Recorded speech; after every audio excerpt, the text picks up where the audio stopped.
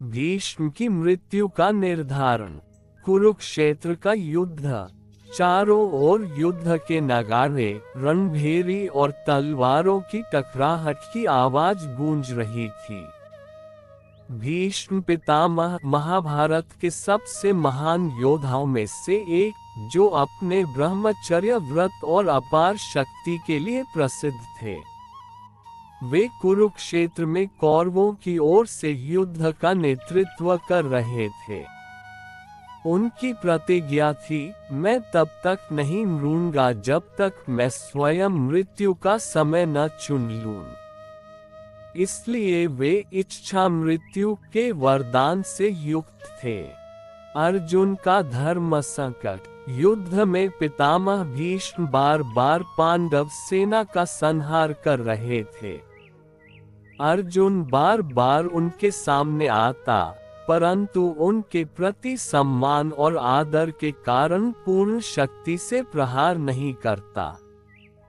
श्री कृष्ण ने ये देखा और समझ गए, यदि अर्जुन ऐसे ही संकोच करता रहा तो धर्म की जीत असंभव हो जाएगी।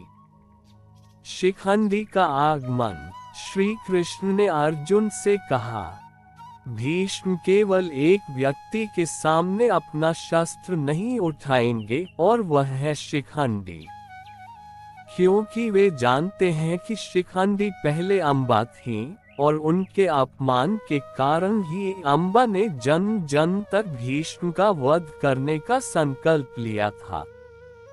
श्री कृष्ण की योजना के अनुसार अर्जुन ने शिखंडी को अपने रथ के आगे खड़ा किया और स्वयं पीछे से बाण चलाने लगे।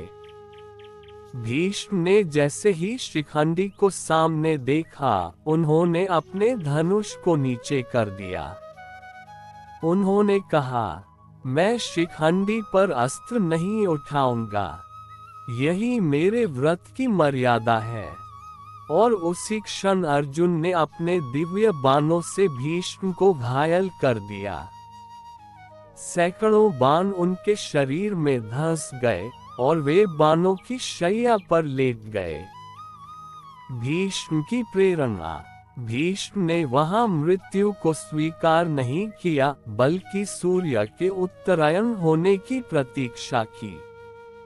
उन्होंने धृतराष्ट्र, पांडवों और समस्त युद्ध भूमि को धर्म और नीति का अमूल्य उपदेश दिया।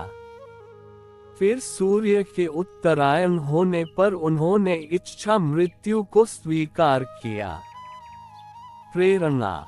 ये प्रसंग हमें सिखाता है, सम्मान और धर्म से बड़ा कुछ नहीं। अर्जुन ने व्यक्तिगत सम्मान और रिश्तों को पीछे रखकर धर्म की रक्षा की। हर संकल्प का फल मिलता है। अम्बा का संकल्प शिखंडी के रूप में साकार हुआ। सही समय पर सही निर्णय ही विजय दिलाता है। यदि अर्जुन ने कृष्ण की योजना न मानी होती तो धर्म की हार निश्चित थी। संदेश यही है, जीवन में रिश्तों और भावनाओं का महत्व है, लेकिन जब धर्म, सत्य और न्याय की रक्षा का प्रश्न हो तो हमें सही निर्णय लेकर आगे बढ़ना चाहिए।